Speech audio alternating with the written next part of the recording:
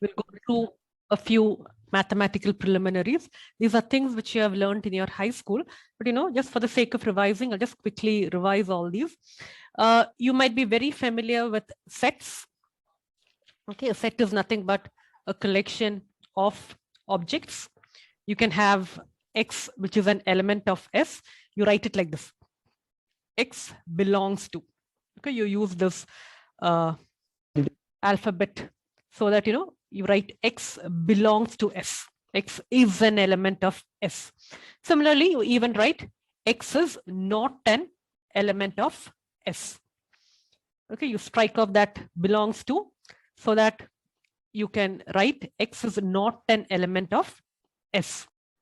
Now, this is how you normally write a set. You write S is equal to, you write it in curly brackets or flowery brackets, and then you write all the elements in the set. Okay, so I just written a few integers starting from 0 up till 2. Okay, you can either pick out each and every element and write, or you could even write it in mathematical notations. Now, the things which you see in the white background, I've written S is a collection of I, where I is greater than 0 and I is even.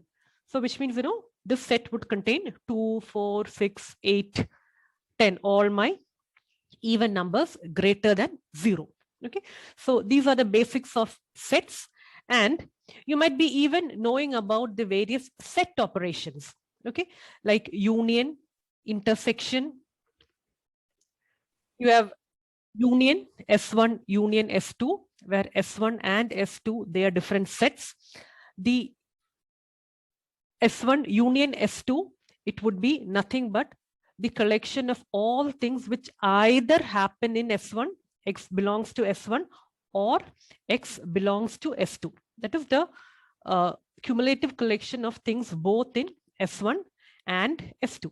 Then you have S1 intersection S2, where you have the elements X, where X should be an element which happens both in S1 and in S2.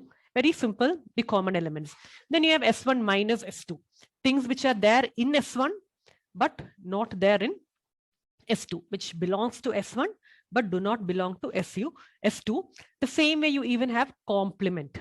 Okay, S complement is nothing but the things which are there in the universe. Universe are denoted by U, things which are there in the universe but not present in the set. And then you have the De Morgan's law, S1 union S2, the whole complement is nothing but S1 complement intersection S2 complement. And then you have the reverse for that, S1 intersection S2 complement is equal to S1 complement union S2 complement. The last one which you see over there is Cartesian product, S1 cross S2 or S1 Cartesian product S2, where you will find collections of both. You will get a pair X comma Y, where X belongs to S1 and Y belongs to S2. We will do a small problem. Take down a problem. Find the Cartesian product of A cross B.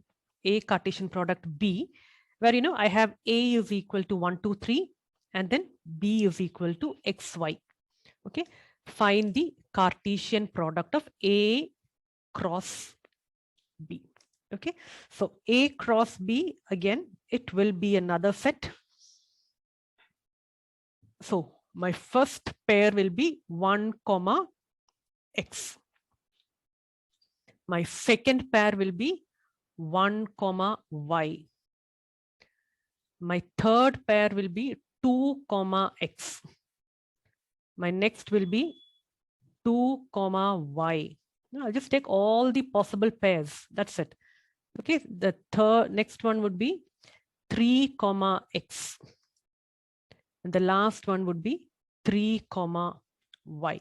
This is how you find the Cartesian product. Okay, take an element, take the first element in A, and then pair it with each and every element of B. Okay, so I've got 1, X. So first I take 1 and then pair it with each and every element of B. So I get 1, X, 1, Y.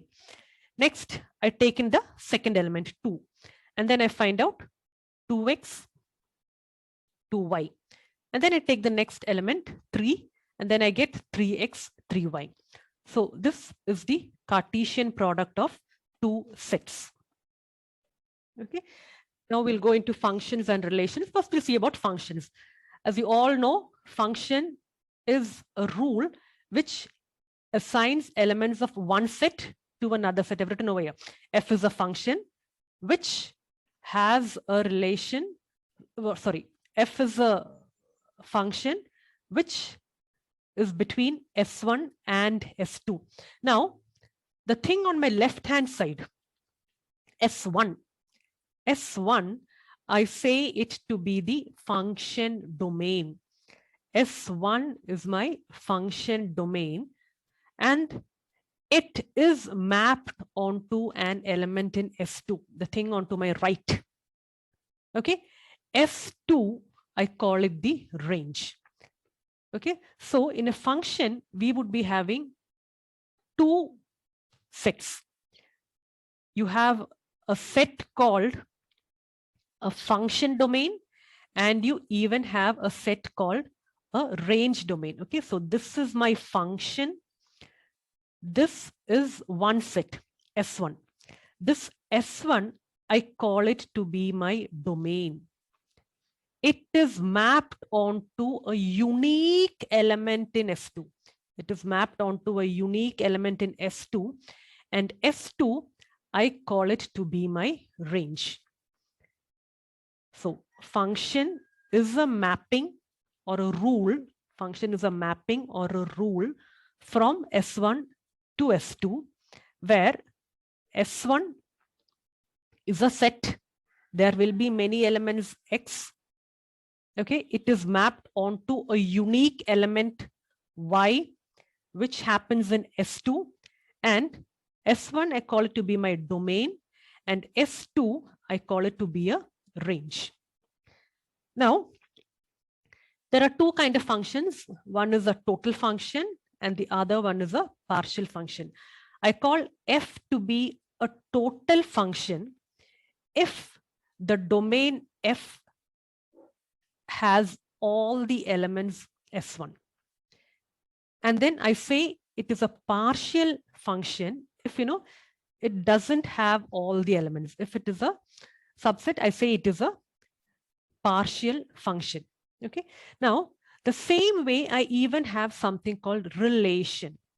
Relation is a collection of ordered pairs, again, from one object to another object. Okay, you might be wondering what is the difference between a function and a relation.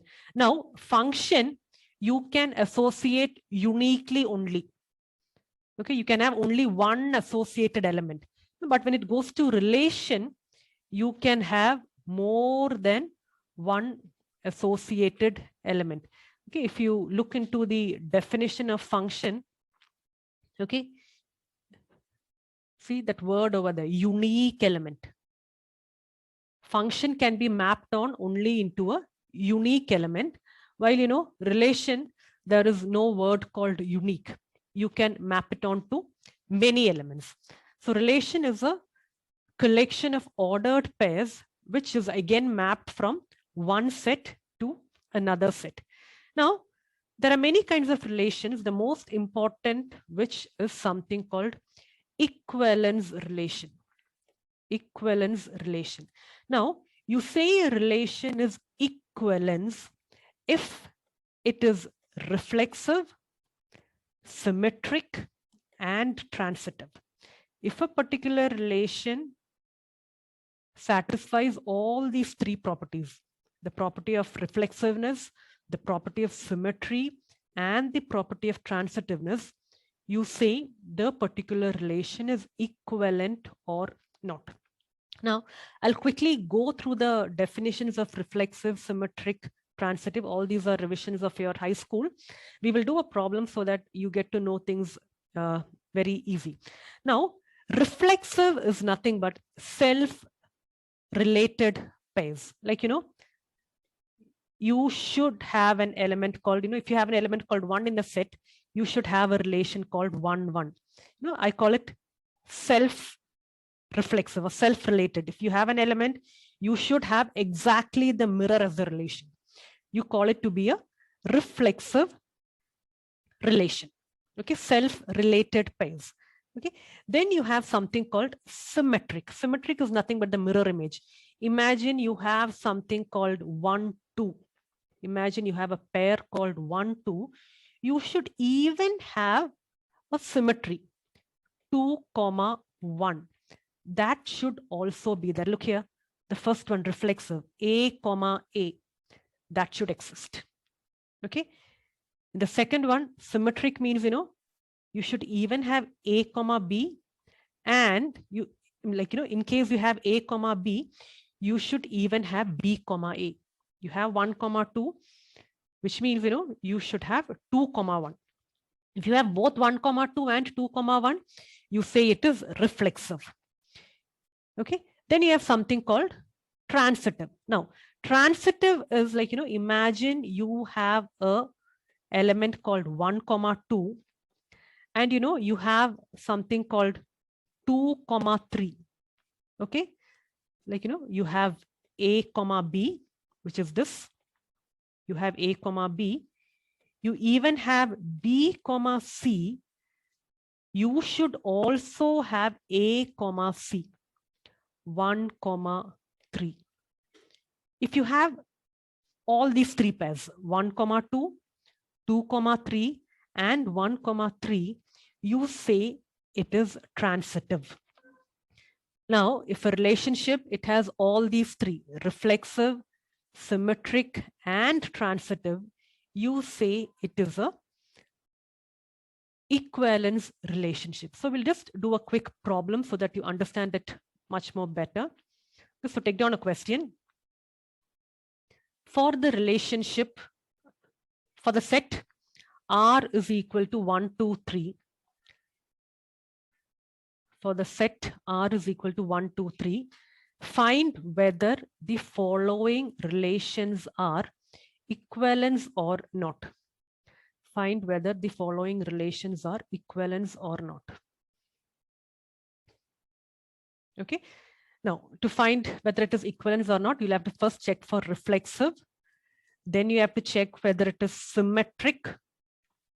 And then you have to even check whether it is transitive. Okay. Now, the first question, check whether this particular thing is equivalent. So we'll have to check for each and everything. Okay. We'll have to check for each and everything. So all these are 4 problems. There are 4 different problems, 4 different relations. Okay. So first let's check whether they are reflexive. Reflexive is nothing but, you should have self-related. Okay. Reflexive means it should be self-related. Okay.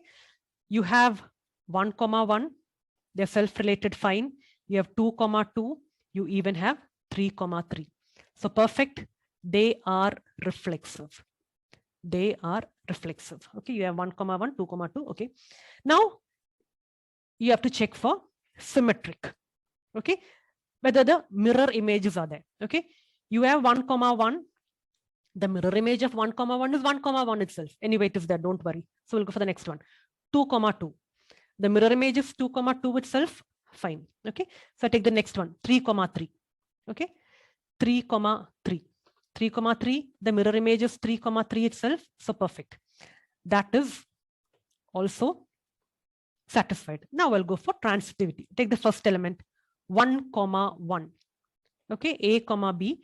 Do I have anything else starting with 1, 1, anything? No. Okay. So that is fine. The next is 2, 2. 2, 2. This is my A. This is my B. I don't have an element starting with 2 again. So that is fine. 3, 3 also the same. So, reflexive is satisfied. Symmetric is satisfied. Transitive is also satisfied, which means this is an equivalence relationship. Okay. Now I'll prove this. Then only you will get the difference. Okay. Now, this is my question. Okay. I'll go for the third one. I'll go for the third one. Okay, so let's check whether this is transitive or this is equivalent or not. So I'll have to check for reflexive, symmetric, and transitive. Okay, I'll have to check for all the three. So first I'll go for reflexive. Take each and every element. Take my first element, 1, 1. Okay, I'll go for 1, 1. Perfect. Okay, next I'll go for 2, 2. Okay, how do I go for 1, 1? Look here. My question is 1, 2, 3. Check whether each and everything has a mirror image. 1, it has a mirror image. Not mirror image, self-related. 1, 1. Perfect. My question 2. Yeah, I do have 2, 2. Perfect. The next is 3. Yeah, I've got 3, 3. Perfect. So which means, you know, this holds true. Now we'll go for symmetry. Check whether everything you have over here has a symmetry, a mirror image. 1, 1. Yeah, symmetry. Perfect. You reverse it, it is still 1, 1. 2, 2. You reverse it, perfect. Mirror image. 3, 3. Perfect. You reverse it, 3, 3. You have it over there. The next, look over here. 3, 2. You reverse it. You should be having a 2, 3. You should be having a 2, 3 in the set over here. You do not have that. You do not have that. Okay. The next is 1, 3. You should have a mirror image 3, 1. You do not have that. Symmetry is not satisfied. Okay. So let's see if transitivity is satisfied. 1, 1, 2, 2, 3, 3. Perfect. Okay. Now let's go for the next one. You have something called 3, 2. You have 3, 2. Check whether you have something starting with 2. Okay. You have 2, 2. You have 2, 2. Okay. So I'll just write it down over here. I have 3, 2. Okay. And then I have 2, 2, 2, 2, which means I should have a 3, 2. A, B, B, C. I should even have an AC. I have a 3, 2. Yeah, that is okay. That is okay. Next, I have a 1, 3. Okay, so let's check whether that is satisfied. I have a 1, 3. Do I have anything starting with 3? Yeah, I do have a 3, 3. I do have a 3, 3, which means I should have a 1, 3. I should have a 1, 3. My parent itself. Okay, fine. That is also there. Okay. Now again, there is one more case. Look here. I have a 1, 3. I even have a 3, 2. Okay, look, these two. A, B, B, C. I have a 1, 3. I even have a 3, 2, which means I should have a 1, 2. I should have a 1, 2, which I do not have over here. So very simple. My transitivity is also false. So very simple. This is not an equivalent relationship. Okay. Now you say a relationship is equivalence, inequivalence only if it is reflexive, self-related. Reflexive if it has pakka mirror images, and it is also in a transitive position. Okay, so all other relations you say they are not, if anyone is proved to be false, be it reflexive, be it symmetric, or be it transitive, if anyone is false, you will say that it is not an equivalence relationship. Okay, so an equivalence relationship is a relationship which should be reflexive, symmetric, and transitive. Only if all three are satisfied, you say it is a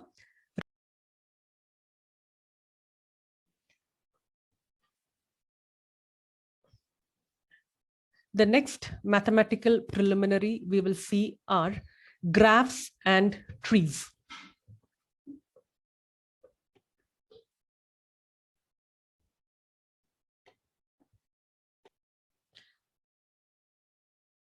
This is a quick revision of graphs.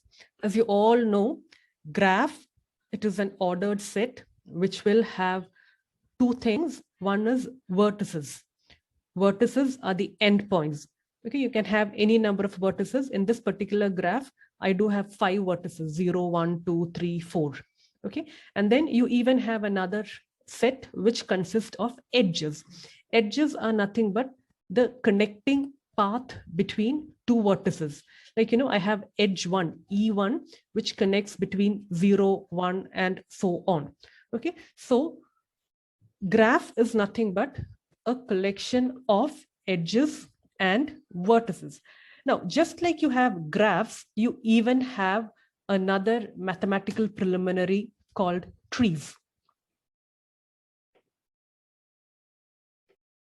Yeah, so this is trees. Now, in trees, you will have a node called a root. From the root, you will be having many nodes. You call them leaves. You can have any number of leaves from the root. But if it is a binary tree, you will be having only 2 leaves from a particular root. The next level, you can have the leaf to be the root. You might have more children coming out from the leaves. And then you even have a concept called height. Okay. Now, in this particular tree, I do have a height of 1, 2, 3 levels. So you have even a concept called height, and you even have a concept called level, all these which you have already